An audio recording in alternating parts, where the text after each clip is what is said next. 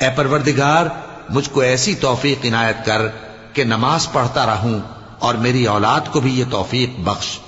اے پروردگار میری دعا قبول فرما۔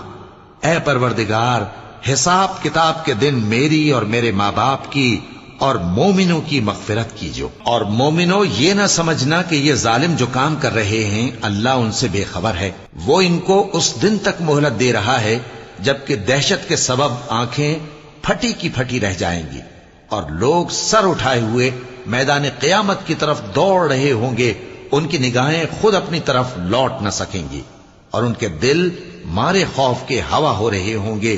اور لوگوں کو اس دن سے آگاہ کر دو جب ان پر عذاب آ جائے گا، تب ظالم لوگ کہیں گے کہ اے ہمارے پروردگار ہمیں تھوڑی سی مہلت عطا کر تاکہ ہم تیری دعوت توحید قبول کریں اور تیرے پیغمبروں کے پیچھے چلیں۔